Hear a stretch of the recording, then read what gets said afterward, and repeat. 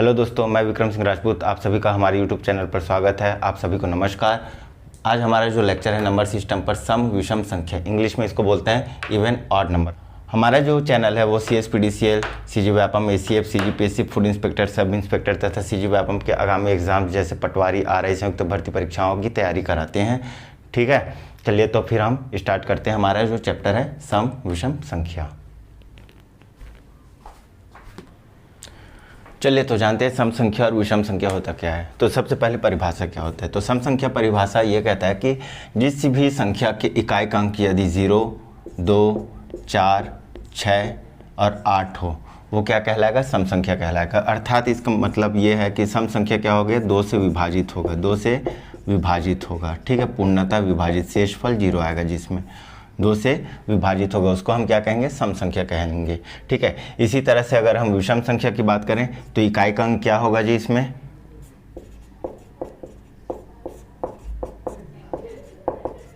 अंक। ठीक है, इसी तरह से हम विषम संख्या को कह सकते हैं जिनका इकाई का अंक क्या हो? 1, 3, 5, 7 या 9 हो। ठीक है, इनका इकाई का अंक क्या हो? 1, 3, 5, 7, 9 हो। या तो फिर हम कह सकते हैं जो 2 से विभाजित ना हो, जो संख्या 2 से विभाजित ना हो, ठीक है, तो इसको हम कह सकते हैं विषम संख्या। तो हमारे पास सबसे छोटी प्राकृतिक सम संख्या कौन सी हो जाएगी जी? 2 हो जाएगी। ठीक है, सबसे छोटी प्राकृतिक सम संख्या, सबसे छोटी प्राकृतिक सम संख्या। इसी तरह से अगर हम सबसे छोटी प्राकृतिक विषम संख्या की बात करें तो 1 हो जाएगी सबसे छोटी प्राकृतिक विषम संख्या, छोटी प्राकृतिक विषम संख्या। ठीक है, जो 2 है, देखिए वो सबसे छोटी प्राकृतिक सम संख्या भी है और साथ में ये जो 2 है वो क्या है? एक अभाज्य संख्या भी है, याद रखिएगा। ठीक है, अभाज्य संख्या भी है। जो हमने अभाज्य संख्या पे एक क्वेश्चन किया था वो यहीं से सॉल्व होगा। कैसे सॉल्व होगा हम आगे डिस्कस करेंगे। ठीक है, अब चलिए अगर पूछेगा क्वेश्चन कि प्रथम n प्राकृतिक सम संख्याओं का योग कितना होगा? का योग कितना होगा? ठीक है, तो उसके लिए क्या करेंगे? एक फार्मूला दे रहा हूँ, उसको अप्लाई कीजिएगा। फार्मूला क्या होगा? n × n+1। ठीक है, इसको अप्लाई कैसे करना है अभी हम बताएंगे। अगर यहीं पर ही अगर बात कर ले, प्रथम n प्राकृतिक विषम संख्याओं का योग,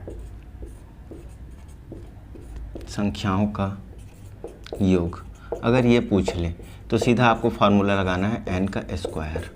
बात समझ में आया? चलिए इसको अप्लाई करते हैं। ऐसा क्वेश्चन पूछा गया है CSPDCL में भी और CGPSC में भी और CG व्यापम में भी। ठीक है, इसको अप्लाई करते हैं और देखते हैं कि और कैसे कैसे क्वेश्चन पूछा गया है। इसको आप स्क्रीनशॉट ले सकते हैं और ये बहुत ही इंपॉर्टेंट फैक्ट्स हैं। ठीक है, चलिए आगे बढ़ते हैं।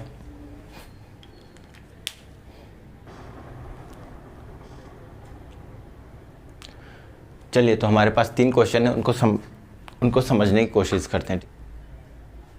बोल रहा है प्रथम 10 प्राकृतिक, प्राक मतलब यहाँ पर प्राकृतिक है, प्राकृतिक सम संख्याओं का योग क्या होगा? तो हमने अभी फॉर्मूला क्या पढ़ा? सम संख्याओं के लिए अगर प्रथम n प्राकृतिक सम संख्याओं का योग अगर पूछे तो क्या बोलेंगे हम? सीधा n × n+1 हो जाएगा। ठीक है, तो कितना है? 10 बोल रहा है तो सीधा n का मान कितना दे दिया है यहाँ पर? 10। तो रख दीजिए 10 × 10 और 1 11 बराबर कितना हो जाएगा? 110। इसमें हम प्रथम प्राकृतिक सम संख्याओं में कौन कौन सी संख्याओं को ऐड करेंगे? तो इनके जो संख्या हो जाएंगे, इसका आंसर 110 आ गया ना। कहाँ से स्टार्ट करेंगे? 2, 4, 6, 8, कहाँ तक जाएंगी जी? 10वां अंक तक। तो 10वां अंक कौन से निकलेगा? 2 से गुणा कर देंगे, 2 दहा 20। ठीक है, मतलब इनका योग पूछ रहा है। 2, 4, 6, 8, 10 कहाँ तक का? 20 तक का। ठीक है, तो संख्या को अगर निकालना है तो 2 से गुणा कर दीजिए, कहाँ तक का जाना है तो 2 गुणा 10 20 तक का। ठीक है, बात समझ में आया। जैसे अगला क्वेश्चन है, इसका आंसर कितना आ गया 110। 2 4 6 8 10 इनका योग निकालना है। तो मेरे पास कितने पद हैं 1 2 3 4 5, 5 पद है। शुरू कहाँ से हो रहा है, प्रथम, प्रथम मतलब 2 से स्टार्ट होना चाहिए। ठीक है, प्रथम 2 4 6 8 10। देखिए ये क्रमागत सम संख्याएं हैं, तो कैसे निकालेंगे, कितने पद है 5 है, तो सीधा 5 गुणा 6 कर दीजिए। ठीक है, इस फार्मूला में रख दिए, 5 छक्का 30, ये आ गया मेरे पास आंसर। बात समझ में आया।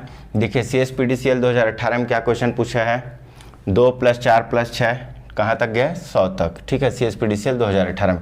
इसी को दूसरे तरीके से पूछा है, 100 तक के सम संख्याओं का योग कितना होगा। 100 तक के, तो 100 तक में कितने सम संख्याएं होते हैं जी, सम संख्याओं की संख्या कितनी हो जाएगी 50। ठीक है, कितने सम संख्या हो जाएंगे 50, तो n का वैल्यू कितना आ गया 50। बात समझ में आया। 2 4 6 100। ठीक है, कितने पद हो गए 50 पद हो गए। अब कैसे निकालेंगे, अगर तो हमारा जो लास्ट नंबर है 100, ठीक है, 100 को 2 से भाग दीजिए, कितना आ रहा है 50 आ रहा है। तो हमारा जो पदों की संख्या हो गई वो कितनी हो गई 50। तो अब सीधा इस फार्मूला में रख दीजिए n × n+1 में 50 गुणा 51 कितना आ जाएगा जी, 0 का 0, 5 एकम 5, 5 पंचे 25, 2550 इसका आंसर होगा। बात समझ में आया। ये स्टार लगा कर रख लीजिए इस क्वेश्चन को। ठीक है, चलिए आगे बढ़ते हैं।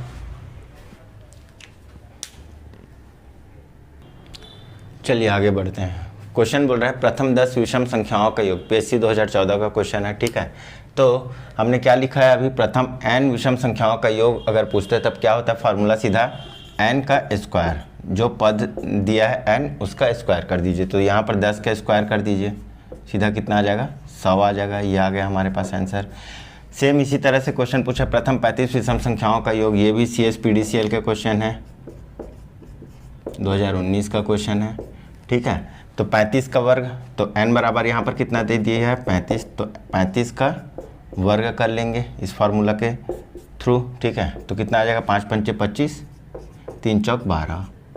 ठीक है, और 1 से 100 तक के विषम संख्याओं का योग, तो 1 से 100 तक में कितने विषम संख्याएं होते हैं मुझे ये बताइए। ठीक है, तो 50 विषम संख्या होती है, संख्या होते हैं। तो n बराबर कितना आ गया 50, तो हमारा सीधा योग कितना आ जाएगा, n का वर्ग बराबर 50 का वर्ग। ठीक है, 2 0, 5 पंचे 25, कितना आ गया हमारे पास 2500, ये आ गया हमारा आंसर। ठीक है, तो ये तो है बहुत बेसिक क्वेश्चंस। ठीक है, चलिए अब आगे बढ़ते हैं कुछ और क्वेश्चंस पे। चलिए तो हम आगे बढ़ते हैं, कुछ कॉन्सेप्ट समझते हैं। अगर मैं बात करूं, अगर किन्हीं दो सम संख्याओं को अगर मैं जोड़ता हूं, ई का मतलब इवन, सम संख्याओं को अगर मैं जोड़ता हूं तो हमेशा रिजल्ट क्या आएगा, इवन आएगा। उदाहरण के लिए जैसे 6 + 4 कितना हो गया 10, 10 एक सम संख्या है। ठीक है, इसी तरह से अगर मैं दो सम संख्याओं को अगर मैं घटाता हूं तो हमेशा रिजल्ट क्या आएगा, इवन नंबर आएगा। उदाहरण के लिए 10 में से 4 गया, कितना आएगा 6 आएगा।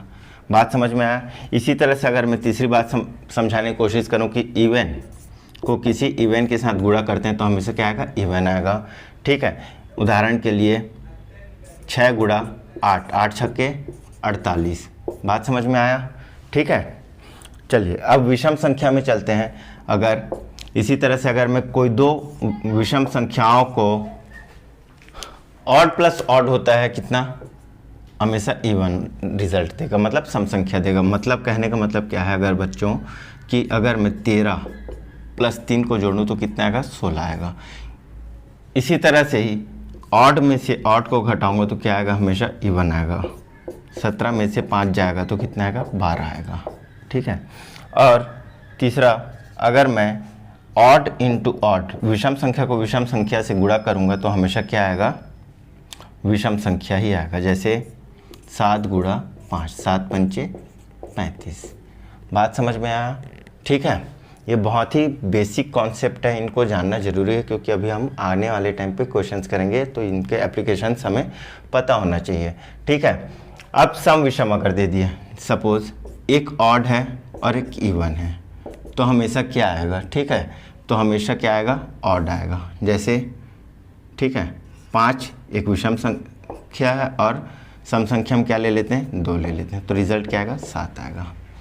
ठीक, इसी तरह से अगर हम ऑड माइनस इवन करें तो हमेशा क्या आएगा, तो हमेशा ऑड आएगा। ठीक, जैसे 17 में से 4 करेंगे तो कितना आएगा, 13 आएगा। बात समझ में आया। तीसरा, ये चीज़ को आपको जानना है, बहुत ही इंपॉर्टेंट है। अगर हम किसी इवन संख्या को ऑड से इंटू करते हैं तो क्या आएगा, हमेशा इवन आएगा, याद रखना। ठीक है, जैसे 2 गुणा 5 कीजिए, 5 दूनी 10 आएगा। बात समझ में आया। ठीक है, चलिए तो अब आगे बढ़ते हैं।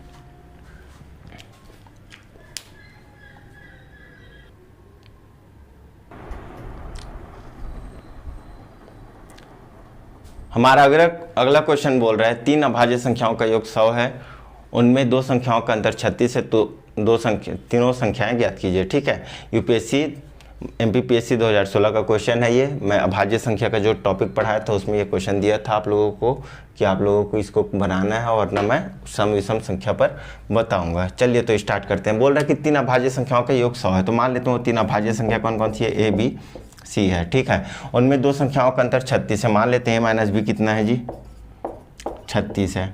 ठीक है, तो ए बराबर यहाँ पर रख लेते हैं 36 प्लस बी। ठीक है, अब इस समीकरण फिर क्या बोल रहा है, तीनों संख्याओं का योग, तो इसको जोड़ लेते हैं। ठीक है, अब यहाँ पर ए का मान रख लेते हैं 36 प्लस बी प्लस सी बराबर 100। तो यहाँ पर से ये वाला चीज़ संख्या ट्रांसफ़र हो जाएगा और बी को जोड़ लेते हैं, 2b प्लस सी बराबर 100 माइनस 36। ठीक है, तो 2b प्लस सी बराबर 64। ठीक है, तो 2b बराबर 64 माइनस सी। अब देखिए यहाँ से हमारी गाड़ी फंसी। ठीक है, कि यहाँ पर से हम बी और सी का मान ऐसे क्या रखें कि हमारा सॉल्यूशन आ जाए। अब हमें एज्यूम करना है, तो अब हम एज्यूम कैसे करें, एज्यूम करने के लिए भी हमारे पास स्मार्ट वर्क होना चाहिए। ठीक है, तो देखिए 2b बराबर 64 माइनस सी। ठीक है, अब मुझे एक बात बताइए, किसी भी संख्या को 2 के साथ गुणा करेंगे तो क्या प्राप्त होगा, सम संख्या। ठीक है, अभी हमने बात किया था इवन इंटू किसी भी संख्या ऑड या इवन करें तो क्या आएगा, हमेशा इवन नंबर। ठीक है, तो इसका जो रिजल्ट आएगा वो तो क्या आ जाएगा, सम संख्या आएगा। क्यों, क्योंकि 2 के साथ गुणा है। ठीक है, 2b इक्वल टू क्या आ जाएगा, सम संख्या। अब मुझे एक बात बताइए, 4 कैसा संख्या है, सम संख्या। तो सम संख्या को किसके साथ मैं माइनस करूंगा तो सम संख्या आएगा। ठीक है, तो सम संख्या को सम संख्या के साथ ही माइनस करेंगे तभी क्या आएगा, सम संख्या आएगा। अब मुझे एक बात बताइए, सी क्या है, अभाज्य संख्या है। अब बोल रहा है कि ये क्या होना चाहिए, रिजल्ट इसका सम संख्या आना चाहिए। तो सी का ऐसा क्या मान रखूं कि ये रिजल्ट सम संख्या है, तो सी को हमें सम संख्या रखना पड़ेगा। तो बताइए मुझे एक ऐसा अभाज्य संख्या बताइए जो अभाज्य संख्या भी और साथ में सम संख्या भी है। तो सिर्फ और सिर्फ कौन है, सिर्फ और सिर्फ 2 है। हमने स्टार्टिंग में ही लेक्चर के डिस्कस किया था कि 2 ही एक ऐसा संख्या है जो एक सम संख्या भी है और अभाज्य संख्या है। ठीक है, तो यहाँ पर सी का वैल्यू क्या रखेंगे हम लोग, 2 रखेंगे, तो 2 रख लेते हैं। तो यहाँ पर हमारा सी का मान तो आ गया कितना, 2 आ गया। ठीक है, 2b। ठीक है, तो b इक्वल टू कितना आ जाएगा, 62, और ये 2 को मैं पक्षांतर कर लेता हूँ ऐसा, तो b इक्वल टू कितना आ गया जी, 31। कितना आ गया, 31। 2 3 अच्छा, 2 एकम 2। तो यहाँ पर b का भी वैल्यू आ गया कितना, 31। अब रह क्या गया हमारे पास, a का वैल्यू। तो a का वैल्यू देखिए यहाँ पर 36 प्लस b का वैल्यू रखेंगे। ठीक है, तो a का वैल्यू यहाँ पर रख लेता हूँ, ये बराबर कितना आ जाएगा, 36 प्लस 31 बराबर 67। तो a का मान कितना आ गया मेरे पास, 67। ठीक है, इस तरह से इसका आंसर आ गया। ये बहुत ही इंपॉर्टेंट क्वेश्चन है क्योंकि इसमें 2 से 3 कॉन्सेप्ट पूछा गया है। देखिए सबसे पहले सम संख्या का गुणा विषम और सम संख्या के साथ क्या होता है ये मालूम होना चाहिए हमें। दूसरा, सम में से सम को घटाएंगे तो क्या प्राप्त होगा, सम संख्या प्राप्त होगा। तीसरा, 2 एक ऐसा सम संख्या जो अभाज्य संख्या भी है, ये कॉन्सेप्ट पता होना चाहिए। ठीक है, तो 3-4 कॉन्सेप्ट का ये मिक्सचर है, इसीलिए इसको यूपीएससी 1997-98 में और एमपीपीएससी बाद में 2016 में मेंस में पूछा है। साथ में बैंक इसका ऑब्जेक्टिव टाइप्स भी पूछ चुका। ऑब्जेक्टिव रहता है तो हम चेक बाय ऑप्शन से कर सकते थे। ठीक है, तो ये बहुत ही अच्छा क्वेश्चन है, और जब भी अगर कोई पूछेगा या फिर कोई बोलेगा कि हाँ मुझे बहुत अच्छा गणित आता है, तो ये क्वेश्चन आप पकड़ा दीजिए उसको। ठीक है, बात समझ में आया। चलिए फिर हम चलते हैं नए कॉन्सेप्ट की तरफ। अब चलिए अगला 2 क्वेश्चन देखते हैं। 2 विषम संख्याओं का योग हमेशा क्या होगा जी? CSPHSL में पूछा है, ठीक है, CSPDCL में पूछा है 2019 में। तो 2 विषम संख्याओं का योग हमेशा क्या होगा? ऑड प्लस ऑड क्या होता है? हमेशा इवन होता है। अभी हमने डिस्कस किया, देखिए पूछ लिया क्वेश्चन। दूसरा क्वेश्चन पूछ रहा है यदि n और p 2 विषम संख्याएं हैं, ठीक है, तो निम्न में से कौन सी संख्या सम होगी? ठीक है, तो 2 विषम संख्याओं का योग, 2 विषम संख्याओं का योग हमेशा क्या होता है जी? सम संख्या होता है। तो आंसर क्या आएगा? n plus p। बात समझ में आया? ठीक है, तो इसी तरह का क्वेश्चन पूछता है, इसीलिए मैं उस कॉन्सेप्ट को समझाना जरूरी समझा। ठीक है, चलिए आगे बढ़ते हैं, कुछ क्वेश्चन और करते हैं। चलिए आगे बढ़ते हैं। ये एक फैक्ट है कि 2 विषम संख्याओं के वर्गों का अंतर हमेशा 8 व उसका गुणनखंड जैसे 4 व 2 से विभाजित होगा। मतलब कोई 2 विषम संख्याएं हैं, ठीक है, उनको m और n मान लेते हैं, उनका अगर वर्गों का अंतर कर लिए, ठीक है, तो क्या होगा? वो हमेशा 8 से विभाजित होगा। हमेशा क्या होगा? जो रिजल्ट होगा वो 8 से विभाजित होगा। और अगर कोई संख्या अगर 8 से विभाजित हो रहा है तो वो ऑटोमेटिक वो 4 व 2 से विभाजित जरूर होगा। ठीक है, तो चलिए इससे रिलेटेड जैसे क्वेश्चन देखते हैं। 2 क्रमागत विषम पूर्णांक वाले वर्गों के बीच का अंतर। 2 क्रमागत, क्रमागत बोल रहा है मतलब अल्टरनेट, ठीक है, जैसे 1 के बाद 1 के बाद 3, 3 के बाद 5, 5 के बाद 7। ठीक है, तो क्रमागत विषम संख्या कौन कौन सी हमारे पास? 1, 3, 5, 7, 9। आप इनको रख करके देख सकते हैं। ठीक है, एक को मान लीजिएगा m और एक को मान लीजिएगा n। ठीक है, बड़ी संख्या को आप m मान लीजिएगा, छोटी संख्या को आप n मान लीजिएगा। तो उनके वर्गों के बीच का अंतर m² माइनस n² करिएगा। तो ये हमेशा किस से विभाजित होता है? तो ये हमेशा आएगा कितना आएगा? इसका आंसर 8 आएगा। बात समझ में आया? ठीक है, आप इसको सॉल्व करके देखिएगा। m² माइनस n² का वैल्यू हमेशा कितना आएगा? 8, 16, 24, 32 ऐसा आएगा। आप रखते जाएंगे वैल्यू तो। ठीक है, इसी तरह से दूसरा क्वेश्चन अगर पूछ रही है यदि m तथा n एक धनात्मक पूर्णांक हो और m माइनस n एक सम संख्या हो, ठीक है, तो m² माइनस n² हमेशा किसके द्वारा विभाज्य होगा? अब देखिए यहाँ पर हमने अभी तक तो पढ़ा कि किससे विभाज्य होगा? 8 हुआ, उसका गुणनखंड क्या दे दिया है? 4 व 2 दे दिया है। ठीक है, लेकिन यहाँ पर ऑप्शन 2 फंसा दिया है, 4, 7, 6, 8। अब इसमें किसको लेंगे? ठीक है, तो ऐसे कंडीशन में क्वेश्चन को विलोपित किया जाएगा, क्योंकि यहाँ पर आंसर 2 आ रहे हैं, एक तो 4 भी आ रहे हैं, एक 8 आ रहा है। अगर ऑप्शन में अगर ये नहीं देता तो सीधा आपको आंख बंद करके क्या मानना है? 8 मानना है। ठीक है, बात समझ में आया? चलिए, तो फिर ये रहा आज का लेक्चर इस वीडियो का। ठीक है, हमने कैसे कैसे क्वेश्चंस आता है इसमें, सम और विषम संख्या पर आधारित क्वेश्चन, उसको हमने सॉल्व किया। ठीक है, चलिए तो फिर आगे बढ़ते हैं हम कैलकुलेशन कैप्सूल की तरफ। ये रहे इस वीडियो के कैलकुलेशन कैप्सूल के क्वेश्चन। इन क्वेश्चंस को आपको सॉल्व करना है और कमेंट बॉक्स पर इनके आंसर्स आपको कमेंट करना है। उम्मीद करता हूँ कि मैं आज का जो टॉपिक था सम विषम संख्याएं, उन क्वेश्चंस को मैं आपको समझा पाया, उन कॉन्सेप्ट को आप तक पहुँचा पाया। ठीक है, मिलते हैं हम फिर अगले लेक्चर पे नए वीडियो के साथ, नए टॉपिक के साथ। तब तक के लिए धन्यवाद। जय हिंद, जय भारत।